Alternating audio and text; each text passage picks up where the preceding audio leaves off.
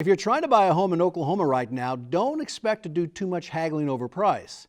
Sellers are getting what they're asking for and sometimes more. What's causing the red-hot real estate market and how long can it last? Jason Doyle has our report. This is a heat map that he's created to show you where the most amount of activity is in the county. Over the last year, the Oklahoma County Assessor's Office has seen a dramatic rise in home selling activity and prices. What used to be a standard home for someone to be getting into the market of purchasing a home would be anywhere between $150,000 to $175,000. And we've seen that incrementally increase over time.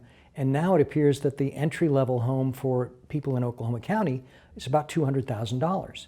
Those increasing property values aren't just contained to central Oklahoma. The entire state is experiencing an uptick in home sales and prices. I will tell you right now, that Broken Bow area down in southeast Oklahoma is a hotbed for people around this region to buy houses there.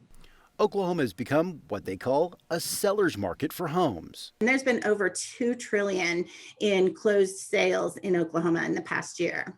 Since March of 2020, more than $2.6 trillion have exchanged hands for home purchases in Oklahoma.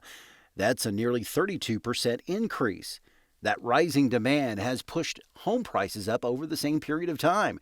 The average home sale has increased by nearly $35,000. We do have a very hot market right now. The average days on market is very, very little, and there is only 1.9 months of inventory. So not only are sales happening very, very quickly, we just don't have the inventory that can keep up. Paul Kurbis recently learned exactly how hot Oklahoma's real estate market is when he and his wife listed their home. It went on the market about 10 o'clock on one day. And by 5 o'clock that same day, we had an offer that is now becoming the buyer. And so what we thought would go on for quite a while really just went on for a couple hours. Kurbis was expecting a little more time to prepare. Amazed and feeling like, oh, this isn't what we were expecting. And we didn't even begin to move out of the house, had no plan to move out of the house. So we weren't ready to hear that we would have to be completely moved out in 30 days. Realtor Cara Bose has seen the same demand from her point of view. So the buyer wanted the house so bad, they said, we will pay your closing costs and we'll pay for our realtor to be involved.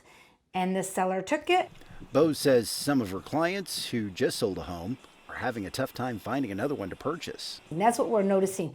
A lot of my clients I'm having to put into temporary housing to get them into their house because there's nothing available. Despite the hot market, Bose isn't afraid of a new real estate bubble like the one which created the financial crisis a few years ago. So we don't have any of that subprime lending that we had when we had our last boom in 2005 or 6.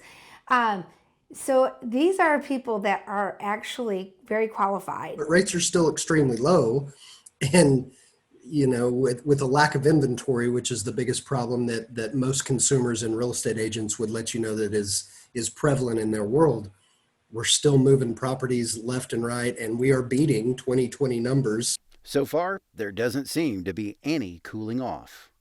The overall market, January and February, is up 24% compared to 2020. I don't think you're going to see much of a dramatic drop in the demand for properties because people still see real estate as a great place to invest, and they want to do that. Well, the market may be good for sellers. Buyers must be ready to take action quickly. Bose had a client take a day off just to be able to jump on a deal as soon as it hit the market. So a lot of new listings come on Thursday for the weekend, okay?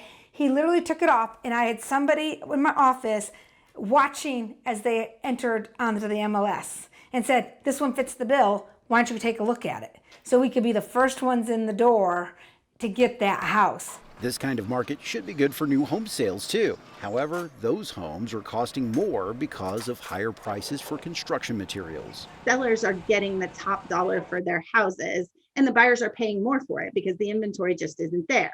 That should signal then that we need home builders to build homes. But with the rising cost of building supplies, that presents another problem that we're having to face.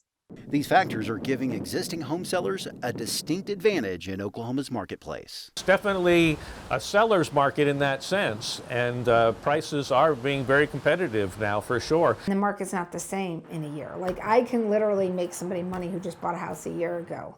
Jason Doyle, the Oklahoma News Report.